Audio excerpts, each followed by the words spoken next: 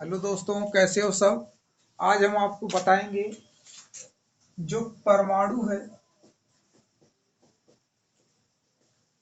इससे संबंधित जो भी बहुत इम्पोर्टेंट सिद्धांत दिए गए हैं, जैसे डाल्टन के बारे में, जैसे रदरफोर्ड के बारे में, जैसे नील्स बोर के बारे में। यानी डाल्टन ने परमाणु सिद्धांत पर क्या अपनी बात को रखा, रदरफोर्ड ने अपने परमाणु के बारे में क्या बात रखा, नील्स बोर ने परमाणु के बारे में क्या बात रखा। डिस्कस तीनों के बारे में किया जाता है। एग्जामों में बार बार एक क्वेश्चन इससे पूछे जाते हैं जो केमिस्ट्री से आते हैं।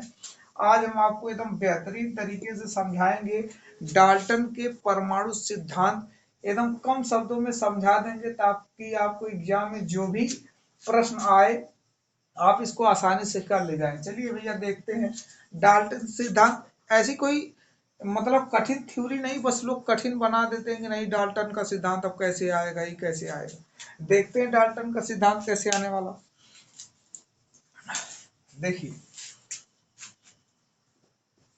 पहले हम बात करेंगे डाल्टन का परमाणु सिद्धांत। देखिए, इनकी कुछ बातें आप याद रखिए। इन्होंने पहली बात तो अपना सिद्धांत 1808 ईस्वी में दिया था। इन्होंने बताया कि जो द्रव्य होते हैं वे अविभाज्य परमाणु से मिलकर बने होते हैं। अविभाज्य परमाणु से मिलकर बने होते हैं। देखिए, अभी समझना जरूरी कि अविभाज्य का क्या मतलब है। अविभाज्य का मतलब है कि जिसको अविभाजित नहीं किया जा सकता। आप परिभाषा जानते भी होंगे। परमाणु का मतलब होता है कि वह अंतिम अवस्था, यानी कण की वह अंतिम अवस्था जिसको हम विभाजित नहीं कर सकते, वो परमाणु कहलाता है। इन्होंने 1808 ईस्वी में ये सब थ्योरियों के बारे में डिस्कस किया, जिसमें बताया कि द्रव्य वे अविभाज्य परमाणु, मतलब द्रव्य वे अविभाज्य परमाणु से मिलकर बने होते हैं। ठीक है ना। अब इसके बाद अगर बात हम करते हैं कि उनके अनुसार जो होता है कि अगर एक ही पदार्थ, यानी एक ही पदार्थ अगर है तो उसमें परमाणु के जो द्रव्यमान होंगे और गुण होंगे समान होंगे। यानी एक ही पदार्थ के परमाणु द्रव्यमान तथा गुण में समान होते हैं। अब इसी जगह इन्होंने सिद्धांत दिया कि अगर अलग अलग पदार्थ है तो उस द्रव्यमान में भिन्न भिन्न होंगे। द्रव्यमान में भिन्न भिन्न होंगे।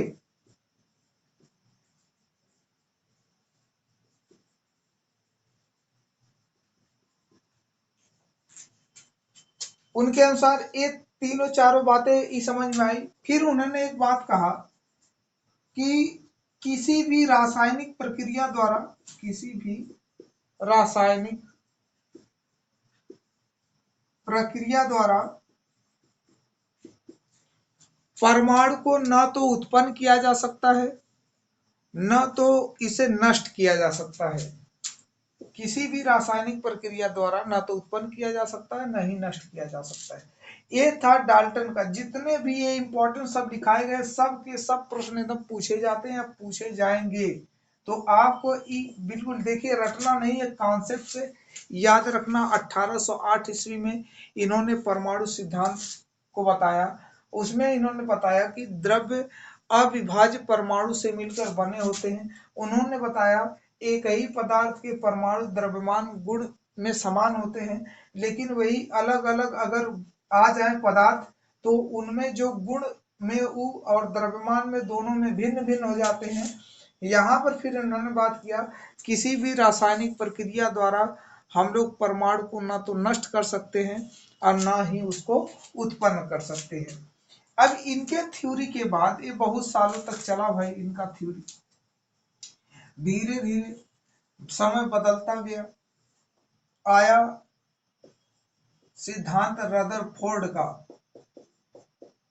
देखिए, रदरफोर्ड ने बताया कि जे भी भैया कह के गए हैं कि ये अविभाज्य होते हैं, ठीक है, लेकिन उन्होंने कुछ बातों को तो जिक्र ही नहीं किया जिसको हम बताएंगे। देखिए, अगर किसी का नाम आता है इसका मतलब उन्होंने अपना कुछ विशेष थ्योरी दिया होगा। तो उनकी यह थ्योरी 1911 ईस्वी में आई। रदरफोर्ड ने 1911 ईस्वी में परमाणु के नाभिक की खोज की थी। किसकी? परमाणु के नाभिक की खोज की थी। लोग कहते हैं कि प्रोटॉन की भी खोज इन्होंने की थी, लेकिन प्रोटॉन की खोज गोल्डस्टीन ने किया था। गोल्डस्टीन ने। अगर कभी ऑप्शन में ये रहे कि प्रोटॉन की खोज किसने किया, तो आप ये कहिएगा कि गोल्डस्टीन ने किया। रदरफोर्ड रहेगा तभी गोल्डस्टीन को मारना, लेकिन गोल्डस्टीन नहीं है तो वैसी दशा में आपको रदरफोर्ड को मारना है। अब बात आती है कि रदरफोर्ड को क्यों मारा जाए, तो रदरफोर्ड इसलिए ऑप्शन में सही होंगे क्योंकि उन्हीं के द्वारा ही कहा गया था कि गोल्डस्टीन, देखिए उनकी पहली बात तो शिष्य थे गोल्डस्टीन। गोल्डस्टीन को उन्होंने ही कहा कि भैया चलो आप परमाणु का हम आपको अध्ययन कराने के लिए कुछ पेपर देते हैं। उन्होंने स्वर्ण पत्रिका दिया और उसको लगा दिया, तो इन्होंने प्रयोग उस पर किया, तो उन्होंने देखा हाँ कुछ कण हमें दिखाई दिए, कुछ वहां पर दिखाई दिया, ब्लैक स्पॉट आने लगा। तो गोल्डस्टीन ने कहा अच्छा ये प्रोटॉन है। तो उन्होंने आकर बताया कि यहाँ पर जो ये आप स्वर्ण पत्रिका दिए थे वहां पर हमने खोज किया, तो प्रोटॉन निकल कर आया सामने। तो हम कहते हैं प्रोटॉन की खोज गोल्डस्टीन ने किया। ये नहीं है तो रदरफोर्ड सही हो जाएगा क्योंकि इन्हीं के आदेश के अनुसार ये खोजा गया था। अब आगे बढ़ते हैं। भाई इन्होंने कहा कि जो परमाणु होते हैं वो परमाणु का जो भी भार होगा, यानी जो भी परमाणु का भार होगा वो इसके एक केंद्र में स्थित होता है, यानी इसका परमाणु भार यानी द्रव्यमान केंद्र पर स्थित होता है। कहां पर स्थित होता है? केंद्र पर। अब ये जो केंद्र है इसे हम लोग नाभिक कहेंगे। ये नाभिक उनके अनुसार धनात्मक होते हैं, यानी रदरफोर्ड ने बताया कि नाभिक जो है धनात्मक होते हैं। इसके बाहरी कक्षा में एक माइनस वाला चार्ज होता है जिसे हम लोग इलेक्ट्रॉन कहते हैं। ये गोल गोल गोल गोल उस पर घूमता रहता है। ये वृत्ताकार पथ पर इलेक्ट्रॉन गोल गोल नाभिक के चारों ओर घूमता रहता है, ये रदरफोर्ड ने बताया। अच्छा, इसके बाद क्या हुआ? ए निगेटिव होता है जबकि नाभिक क्या होता है? पॉजिटिव होता है। अब बात ये आती है कि ये जब गोल गोल घूम रहा तो इसके गिर कर भाग जाना चाहिए, तो फिर उन्होंने बताया नहीं, ये भागेगा नहीं क्योंकि ये नाभिक और इलेक्ट्रॉन जो है नाभिक से वैद्युत आकर्षण बलों से बंधा होता है, यानी इनके बीच एक फोर्स काम करता है जो इसको बांधे रहता है। वैद्युत आकर्षण बल होता है, वही इसको बांध कर रखता है और बाहर जाने नहीं देता। गोल गोल गोल गोल ऐसे घुमाता रहता है, इलेक्ट्रॉन घूमता रहता है। ये तो बात हो गई रदरफोर्ड मॉडल की। अब धीरे धीरे समय आया तो नील्स बोर ने अपनी थ्योरी इस पर दिया। देखते हैं नील्स बोर की थ्योरी क्या थी।